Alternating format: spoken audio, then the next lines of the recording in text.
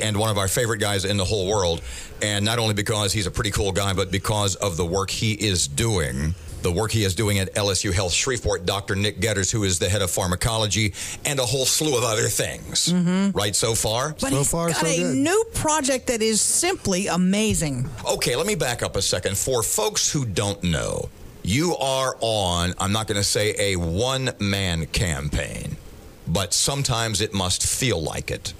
The work you do with people who are addicted to a variety of substances, but specifically methamphetamine. Before we start talking about your new plan and your foundation and all that you're doing, tell us why specifically methamphetamine addicts are the ones you seem to want to help the most. Well, first of all, I don't want to call them addicts. That's a label. But people that are struggling with methamphetamine. The reason I want to help them is because, you know, everybody talks about prescription opioid abuse, and they talk about heroin overdose, and those are a big deal. But it's like the people that are struggling with methamphetamine, like they're throwaways. Who cares about them? They're meth heads. Just you know, throw them away. We don't care about them. Well, you know, they're people too. They're deserving of love the way that everyone else is. And it's time we start to recognize that there's a problem with methamphetamine as well as with opioid and heroin and all of those other drugs. So, in addition to your work studying the cause of addiction, a solution for addictions in your, let's call it your day job, you now have Loving Solutions, and the website is lovingsolutions.org. What is that, and how does it specifically address people with a methamphetamine struggle? What we want to do specifically is provide a safe environment for women struggling with methamphetamine to learn how to live sober, productive lives. We have purchased, my wife and I, a 4,000 square foot home, 5 bedrooms, 7 bath, on 13 acres of land north of Shreveport.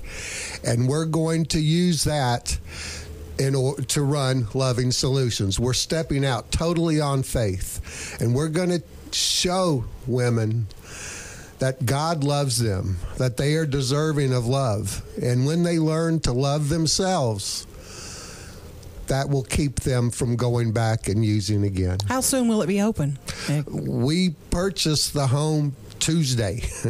So tomorrow. Congratulations. Well, we have a nice empty shell. And so we're looking for everything. We need donations of furniture.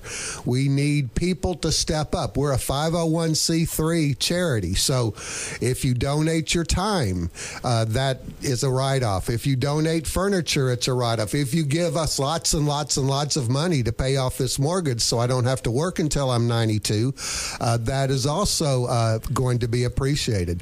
But we're going to make a difference. We're going to be different than anything you've ever seen, and we're going to make a difference. I have worked with a lot of folks that help do housing for women in tough situations in life. Are you going to allow them to bring their children with them? Not now. We're not prepared for that. Okay. It's going to have to be without children. But we have 13 acres. We're hoping in the future, as the money pours in, to be able to build more facilities out there, to be able to house men too eventually, because men are also struggling. But right now, there are more opportunities available for men than there are for women. Also, places to live, rehab, that sort of thing. We're not going to be doing rehab. This is going to be after they get free of the drug. But we hope to be able to do more out there. That's why we purchased so much property. We didn't buy something in the middle of Shreveport somewhere where we can't expand. We want to be able to expand. We have big dreams. How are you going to get them off the drug? Are you going to have treatment? Will there be doctors available? No. What's the plan? Absolutely not. They've got to be off the drug before they come in, and we'll random drug screen them to make sure they don't start using again. We're not going to offer treatment. We're not a rehab facility. We're there to show them the love of Jesus Christ, that he loves them unconditionally. It doesn't matter. There's nothing they can do to cause God to love them more than he already does, and it doesn't matter what they've done before. And once they learn learn that, they're going to get better. I know it's going to work. I don't know if you want to answer this question in a theological or a technical or a medical way. Could probably do it all three. That would be awesome because we've got the time. But you said a couple of seconds ago, you said, we're going to do this in a way you've never seen before. What did you mean by that? Can you be specific? I mean, we're going to make it a family atmosphere. We're going to accept them with open arms.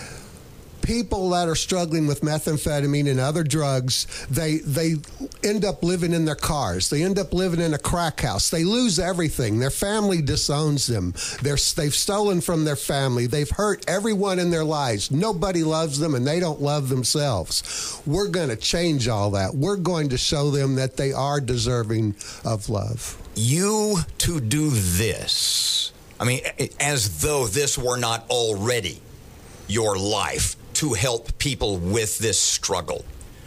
But to do this, to put your money where your mouth is and to dedicate my heart is even more of your life to these people, part of it has to be, like, for example, if I was going to start a radio station, I could say, you know, I've been in radio for a long time. I know what all those other people have been doing wrong. You have to be looking at this in very much the same way. Is that a fair question? Absolutely. I see what the recidivism rate is. People go into treatment, and the next thing you know, they're back in treatment again, or they're being arrested. They're thrown in jail. They lose their children.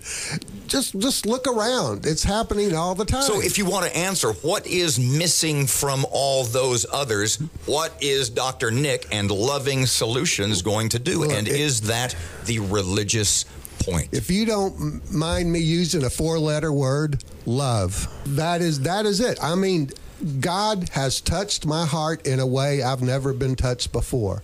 He is leading me on faith in this.